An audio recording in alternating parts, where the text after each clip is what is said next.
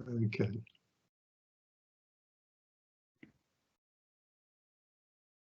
It now says live. We're off. There we go. Good morning. Welcome to this meeting of the Pensions Board. I am John Hall, Chairman of the Board. I'm obliged to inform you that this meeting is being live streamed and recorded. Members of the public will be able to hear the audio of the meeting and view the papers shown on the screen. This meeting is being held using remote technology, and should any committee members experience technical difficulties during the meeting, they should immediately contact the designated IT officer on the number they've already been supplied with. Everyone is requested to mute their microphones unless asked to speak. Please only use the chat function to indicate the desire to speak. Do not use it for anything else, so that it is clear who is asking to speak, as the debate has to be heard by those listening to the audio feed. As Chair, I will interpret the Council's existing standing orders in the light of requirements of remote participation with advice from the Monitoring Officer prior to making a ruling. At the start of the meeting, members of the Board will be asked to confirm their presence and any declarations or conflicts of interest they have in any of the items on the agenda. Everyone that speaks during the meeting, including members of the Board and officers, are asked to introduce themselves each time before they speak. This is so that those listening know who is talking. We move to the roll call and declaration of conflicts of interest. Members of the Board are reminded that they should declare any interests which may lead to conflict of interest in the subject area or any specific agenda item of this meeting. The conflict of interest is defined as a financial or other interest which is likely to prejudice a person's exercise of functions as a member of the Pension Board. It does not include a financial or other interest arising merely by virtue of that person being a member of the local government pension scheme. I will read out each member's name and ask them to confirm their presence and to confirm if they have any conflicts of interest. Mike Morris. Mike Morris, no conflict of interest, Chair. Liz Fury. Liz Fury here, no conflict of interest. Philip Ingle. Hello, Philip Ingles here, and I have no conflicts of interest. Dave Wright. Dave Wright, no conflict of interest. And Claire Charlesworth-Jones.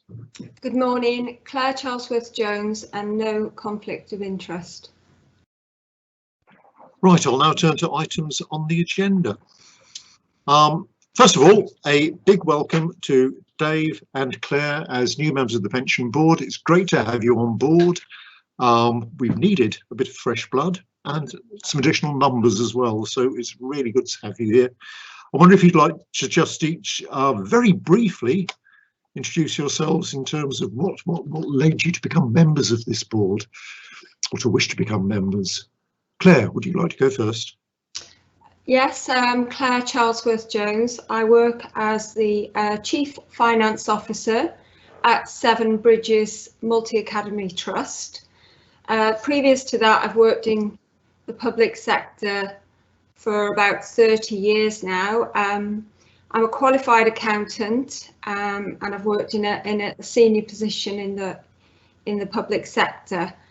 I wanted to become a board member because I am very interested in pensions. Obviously, I've got a lot of knowledge from my experience in the public sector. I'm interested in making sure that the benefits for us all are as good as possible, and obviously as an employer representative, I want to make sure that our employees have a voice in this process. That's it, thank you. Thank you very much, Claire. And I think it's important that anybody listening should understand that we have some members who represent the members of the scheme, pensioners, etc., and employees, and we have other members who represent the employers who are also part of the scheme. Dave. Good morning, Dave Wright. A brief background on myself. I did 35 years in the Army. I then went to work for Capgemini EDS, and I worked on the Inland Revenue, DWP and pensions accounts for doing their IT for them. 2007, 2011, I was on the pensions committee for Shropshire, representing Telford and Wrekin, but I was deputy chair and chairman of the committee during that period. I was back on the committee as a member 2015 to 2019. My interest of being on the committee, obviously, it was on the pension board. It's a natural extension from doing 2 tours on the committee to come into the board. I'm very keen to make sure that members have a say, and I'm here to represent our members. I also chair Telford and Wrekin Senior Citizens Board, which does have some members of the Shropshire Pension Fund, and going on from there, I'm also a trustee on the Meeting Point Trust in Telford, and that's me, Chair. Thank you. Well, thank you very much. Yeah, I don't know whether you're a gamekeeper turned poacher or poacher turned gamekeeper, but an interesting swap in roles. Yeah. Thank you. Okay, I'm pretty certain we don't have any apologies for absence.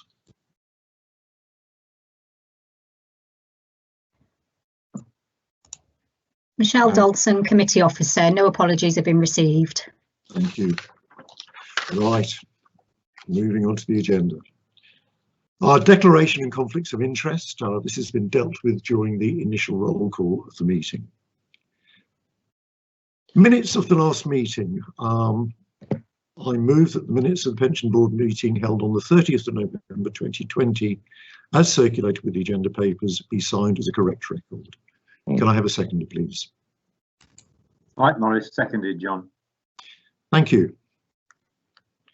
I will now accept these minutes as a true record unless anyone else indicates differently. Right, okay. Public question time. We have a question from Mr. Mike Cripps. Thank you, Chair. I'll read the question out. Justin Bridges, Head of Treasury and Pensions. The question is, I refer to the Pensions Regulator Code 14, Governance and Administration of Public Service Pension Schemes, Legal Requirement Sections 241, 242, and in particular 247, judging whether a breach must be reported. My question refers to making investment-related decisions. The Pensions Committee believes understandably in a varied portfolio of investments, but these include fossil fuels. A recent report by Transition Economics found that Shropshire County Pension Fund lost 11 million from its investments in fossil fuels over the period 2017 to 2020. Such losses are likely to increase as global heating approaches 1.5 degrees Celsius and engineers catastrophic climate-related disasters. However, rather than divesting from fossil fuels, the Pension Committee supports engagement with fossil fuels companies who attempt to persuade them to reduce their carbon emissions. As a pension fund member, I'm concerned both about the ethics of the fund remaining invested in fossil fuels and about the financial risk to my pension. There are 2 reasons why I believe that the fund's engagement strategy will not work. Number 1, fossil fuel company businesses has been and continues to be fossil fuels, and they envisage oil and gas prospecting for the next 30 years.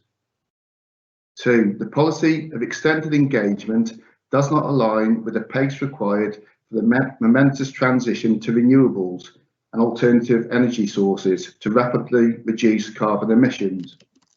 So might the Pensions Committee policy on fossil fuel investments be potentially regarded as a failure of both fiduciary duty and ethical responsibility, such that the Pension Board would consider investigating whether there has been a breach of sound investment related decisions that could affect the pension fund adversely, both in the short term and long term? I would like the Pension Board to consider investigating whether the Pensions Committee policy on fossil fuel investments constitutes a failure of its fiduciary duty and or its ethical responsibility. In particular, would the Pension Board investigate whether there has been a breach of sound investment related decisions that could affect the pension fund adversely, both in the short term and the long term? Thank you, Justin. And could you read the reply as well, please? Response.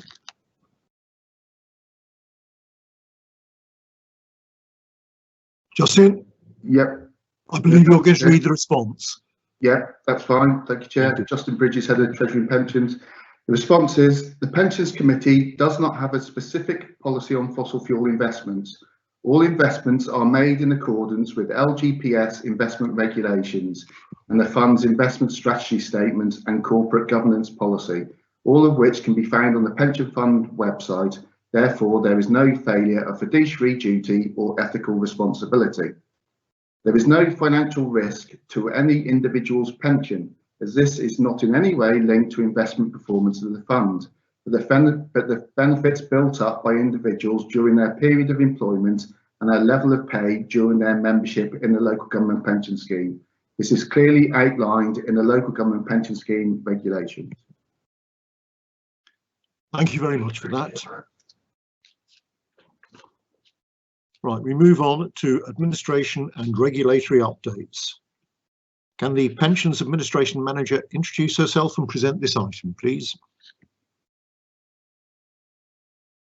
Is Debbie here?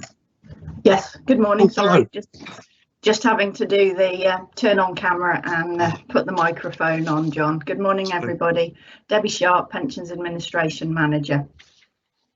The report on administration and the regulatory updates, I can draw your attention to point 6 regarding the system developments recently due to the public sector exit payment cap regulations that were introduced in November by the government.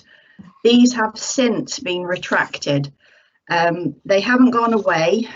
We've been given clear steer that the government's intention is to still limit exit payments in the public sector to higher paid members of staff, but at the moment we currently don't know how they're going to take it forward, so we will watch this space. But regarding administration, there was a lot of communication undertaken with employers to ensure that they understood how this regulation would affect them, and having to change our systems, our processes, our procedures, but now we've had to undo all of that.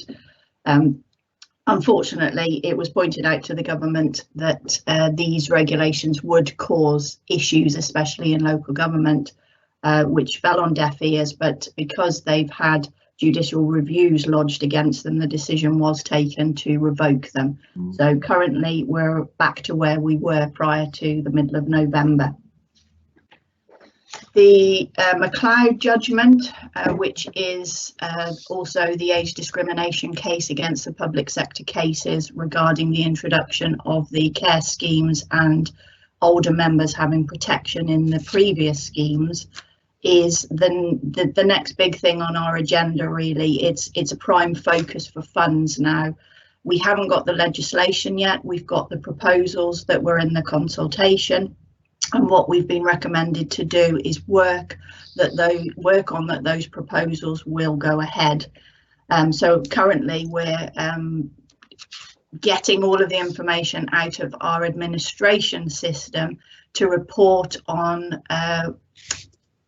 whether we think the data is up to date or not. This is going to be a big collaborative exercise with the employers, because they're going to have to actually check and ensure that they provided us all of the data to ensure that the remedy can be put across all of the members that are affected. So that's starting at the moment. We're doing all of our groundwork currently on that, but that's going to be with us for a couple of years to collect the data, correct any data that has been missed, and then actually go through any rectification of cases that need to be recalculated when the remedy is in legislation. At point 7, there's an update there on the cybersecurity regarding the fund. Currently, at the moment, the majority of our cybersecurity falls within the remit of the Shropshire Council's IT department. They do notify us of the threats to the council. We haven't had any threats reported that have been directly targeted at our data. But you can see from there, from 7.2, that there are a lot, well, 5.5 million malicious emails were blocked. So we're fairly happy at the moment that the council has robust policies and procedures in place and mechanisms for ensuring the security of our data. But this is an area that we need to actually own, and there is some more work to do for the fund going forward around cybersecurity, and especially the documentation of what is being done for the fund. At point 9 there's an update, the GMP reconciliation and rectification update from the introduction of the state of one pension a few years ago now. And basically the GMP, which is the guaranteed minimum pension that contracted out schemes were tied into back from 1978, ended, and they are no longer offering a service that actually that we could write to anybody to get a GMP for a member. This ties in with how benefits are uprated, how a transfer is calculated. It interacts with the state scheme in several ways. So what we've had to do across the whole of the pensions industry is ensure that everything that we've been notified in the past by the HMRC is accurate to what they hold on their records currently. So this is has been a huge exercise across the industry. The records of DWP HMRC have not always been great, and they admit this. So there has been instances where we have found that there have been errors between the two systems. We've reconciled.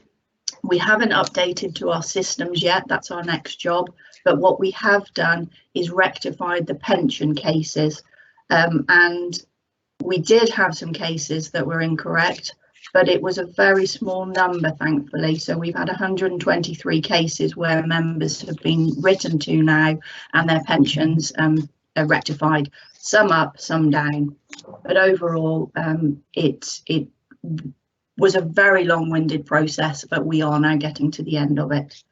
I'd also just like to point out at point 13, there's a mention there that the pensions regulator that currently had I think 15 codes of practice, we're looking to bring in a single modular code.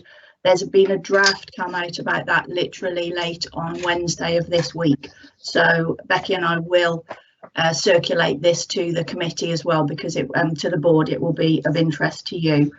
So I haven't been able to have a look at what that is yet, but we have now got a draft of it. At point 14, pension regulator, the Scam Smart pledge, pension regulator, a big push for many years now to try and stop members inadvertently losing their pensions by being scammed and transferring it to a rogue trader, losing their pension funds. They put a lot of money into this, adverts on, national adverts on the television.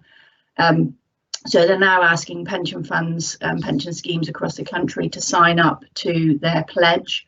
So we're going on a webinar shortly to look at that, and we are asking for whether the pension board supports this and would support the fund actually joining the pledge. Point 16, pension schemes update. The Pension Schemes Act received royal assent back in February. The main areas that this will bring in legislation across the fund is around pensions national dashboards and around climate change governance. So we are engaging at the moment. You'll see there at 16.3 that the LGA is looking to do an industry-wide response, and we were one of the funds that they've engaged with to feed into their response around what would we be looking for regarding security for our members. How would we like our members to actually approach this? So this is the start of pensions dashboard, but again a big ticket item that's going to be on our to-do list over the next couple of years, because I think at the moment that their timescale is that's in place by 2023. But again, if you've got every pensioner that's tracking through a national dashboard and has the potential for that national dashboard coming and looking at our database to see if we have any benefits for that member, a big issue around security on this. So a big ticket item, I think, for our to-do list, and ensuring that we adhere to the legislation, but also that we ensuring that that legislation doesn't bring us any higher risk regarding our cyber security. The employer flexibilities, that point 17, next one, the regulations that changed last September that brought in some flexibilities for the funds with how to deal with employers.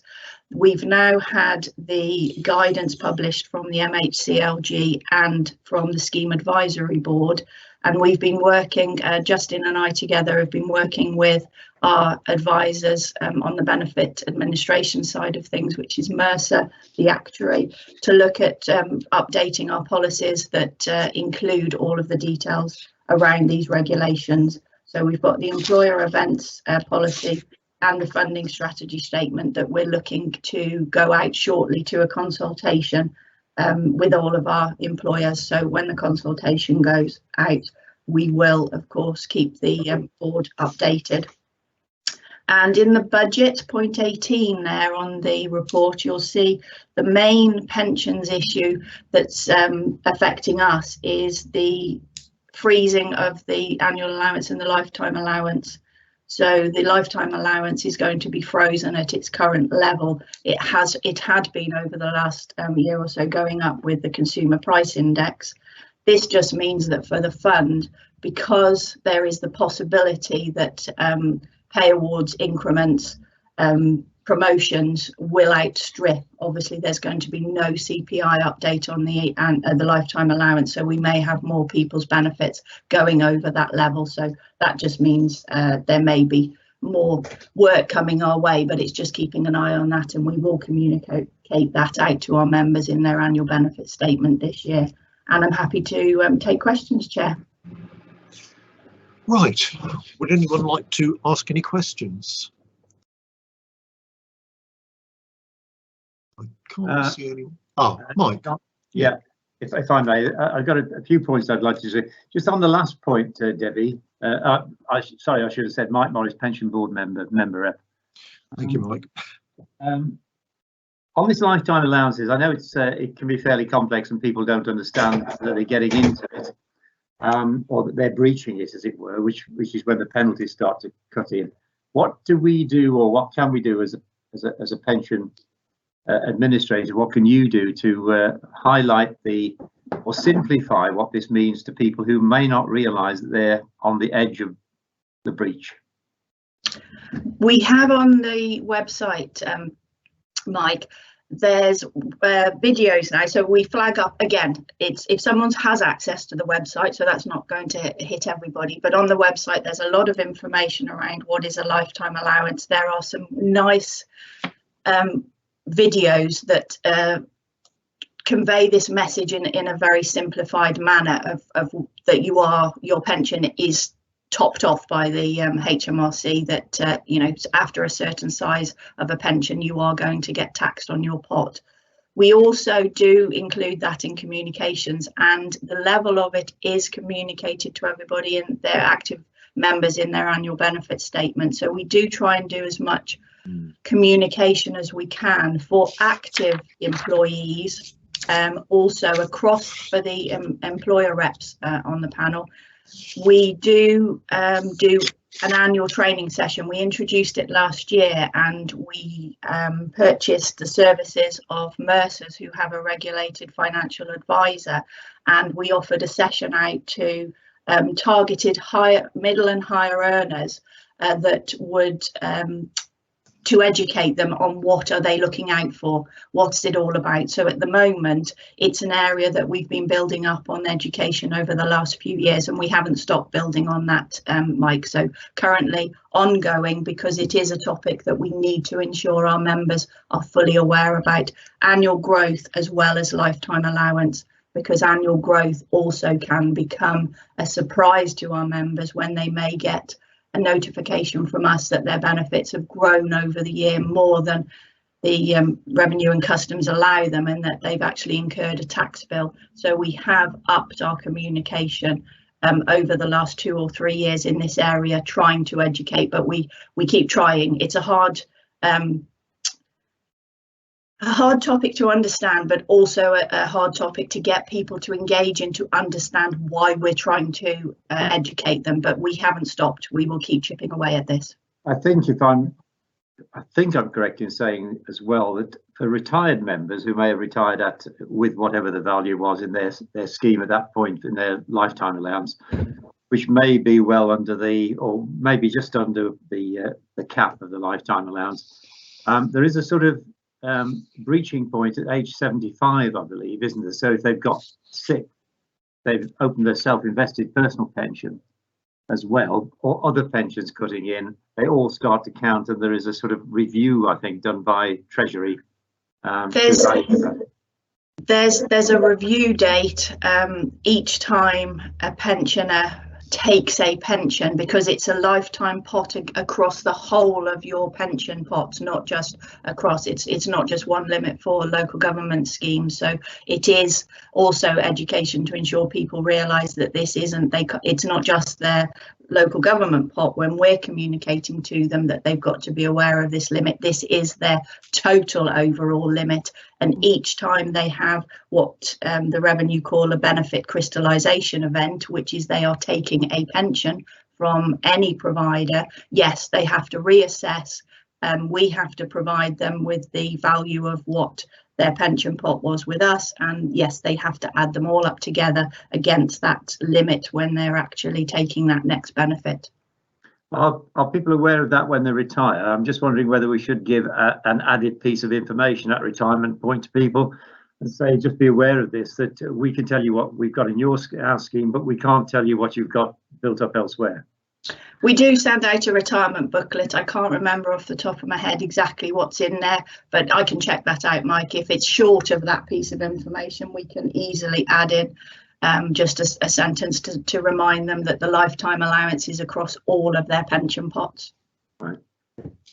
One more question, John, if I may. Yes, of course. If we just go back to section 6 of the report, which is talking about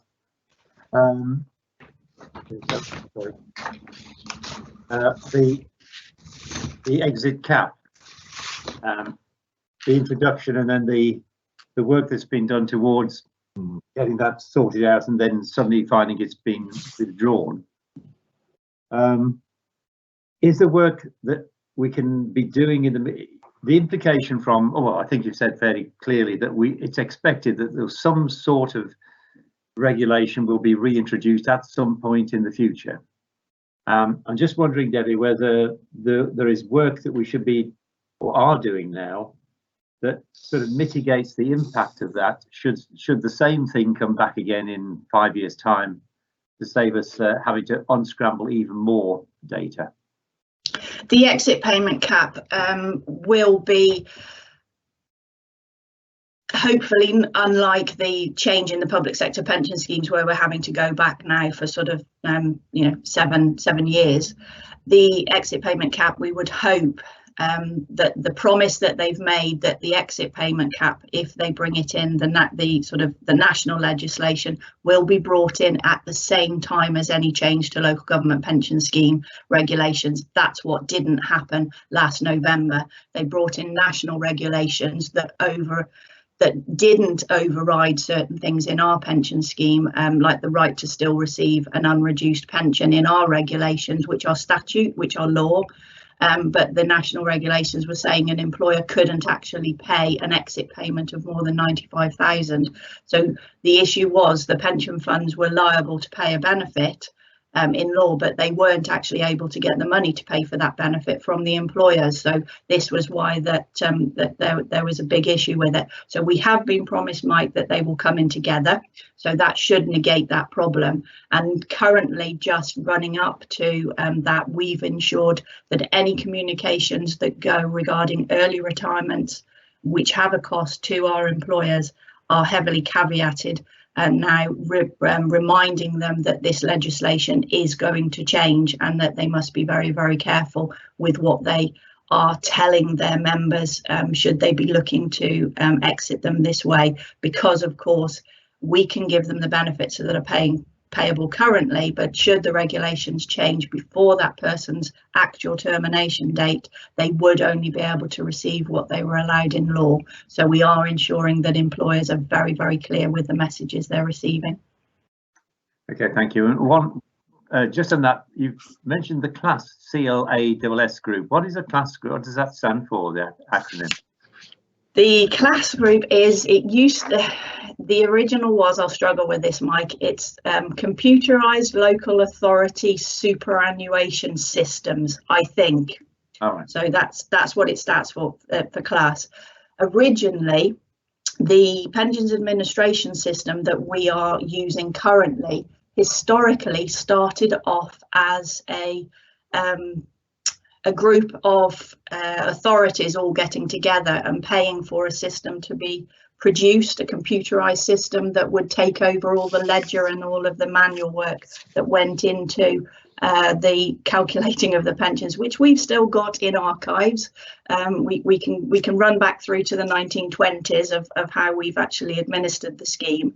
So the group was set up, and it's still currently a good number of years ago now, it was decided, because it used to be in the ownership of that group, that syndicate, but it was decided that local authorities were not in the arena to actually own pension systems and keep them updated. So it was passed to a private company, and the group still ensures that if you're part of that class group, then we've got an agreement with the software provider that Shropshire uses currently, that development across the system is done as a whole, and there's about 70 odd local authority funds that still use that system. So all of the development is actually paid for across all of us. So we're not engaging individually with a software provider and having to take on all of those costs ourselves. So at the moment, there is still benefit for that joint working together and the joint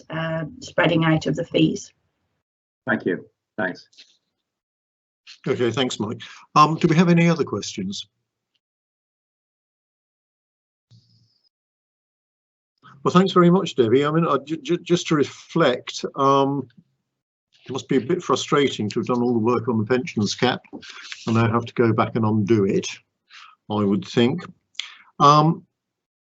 McLeod, now I know that you're intending to take on new staff. How far have we got with that? Because that's a pretty big piece of work, isn't it? It is, yes. The business case has been put forward to James Walton, scheme administrator, and at the moment he's just going through that. So we're hoping that we'll get a response soon around that area, John. Splendid. Okay, well, thank you very much indeed. If there are no more questions. Thank you, Chair. Yep, thank you. There we go. I think. Apologies here. I think we've finished the agenda of the public part of the meeting. First, I'm sorry if there are no more speakings. The recommendations are accepted, and that's to note the contents of the report, and for all board members to complete the new pension scams module on the pension regulators toolkit, and for the 2 new pension board members to complete all the modules of the toolkit. I'd like to say that I have done the pension bit, and it's very easy to understand and very helpful, as is all of the stuff from the pensions regulator. Please can I have a proposer that we accept this report? Someone? Claire Charlesworth-Jones, I'll propose that we accept. Thank you, Claire. Seconder? Dave Wright, I'll second it. Thank you. Right, so date of the next meeting, the next pension board will be held on the 23rd of July 2021 at 9:30. Right, moving to exclusion of the press and public. I move that under paragraph 10.2 of the Council's Access to Information Procedure rules, that the proceedings of the committee in relation to the following agenda items shall not be conducted in public on the grounds that they involve the likely disclosure of exempt information as defined by the categories specified against them. We will now take the vote. Mike Morris? Hello, Mike. We're voting on exclusion of present public.